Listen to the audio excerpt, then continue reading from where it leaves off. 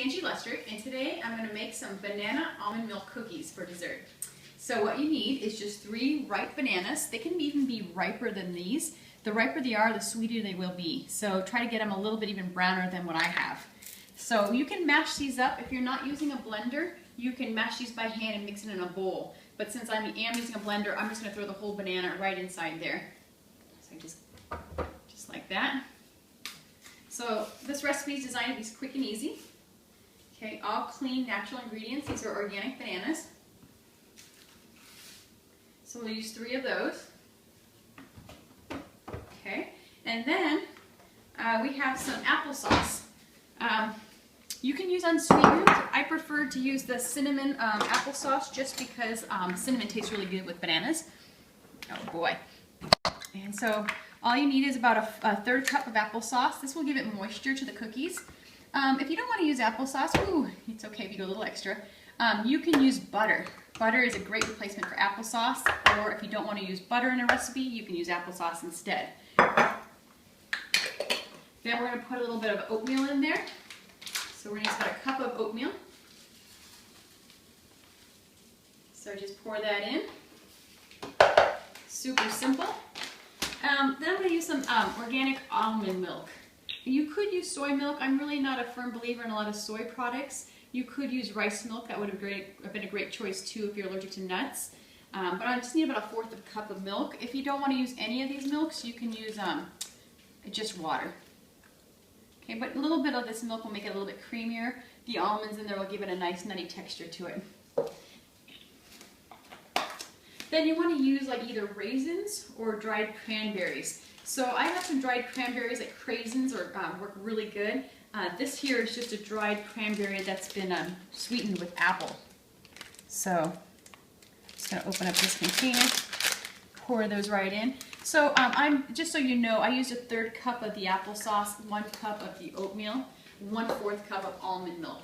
Okay, now I'm going to use a 1/2 cup of these dried cranberries. Okay, and that's just going to give a little bit more sweetness in there.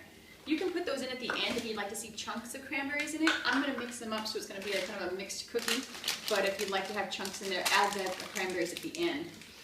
If you like nuts, which I happen to love nuts, I'm going to put some more walnuts in there. Again, I'm not measuring, about a 1/4 cup or so. And I have this really great chopper from the Pampered Chef. And it's the best gift ever. And all you do is you put the nuts in there, chop it up, voila. It's easy, quick, and you just throw those right inside your recipe.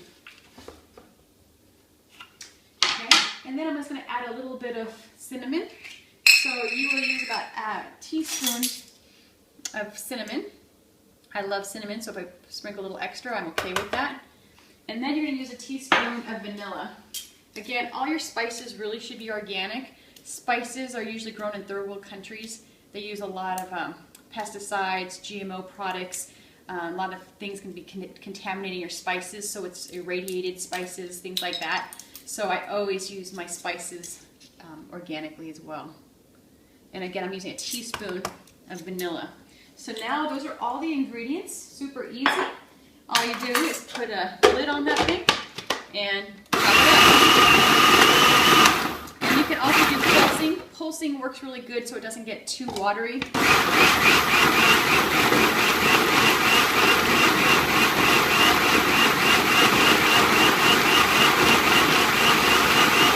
And then I'll just take a spatula and just kind of wipe down the sides and make sure that it's all blended. But you can see that it made a nice blend. And there's a few chunks of cranberry still in there. I like that. So it's got a nice, even, smooth texture. That looks great to me. So then what I'm going to do is I'm going to set in my oven, and you're going to put it at baking at 350. And while that's heating up, I'm going to use a cookie sheet. And a little secret is I like to use Reynolds wrap just to cover it so it's an easier cleanup. So you just cover your baking sheet. If you use the big oven, you would cook more cookies at a time. I like to use my toaster oven because it's real easy. But then you'll just take dollops of this. Again, it's a little on the runny side. You can add a little bit more oatmeal if you find that your recipe, I like to have them thicker so they don't run all over the place. So I just add a little bit extra oatmeal to that. And just so the texture is enough to hold the cookie together. Yeah, I'm going to put a little bit more in there. So most of my recipes I don't like to measure. So you'll see I'm using about 1.5 cups now of oatmeal. That's fine. I just kind of feel the food and see the texture and consistency, and I feel that's a better way to cook than to go directly by the book. Okay, so now that's a thicker mixture. That looks a lot better. And so now I'm just going to pour them onto the pan. Yeah. And just make little cookies like this. Just little balls of cookie. So just make them just like that on their cookie sheet.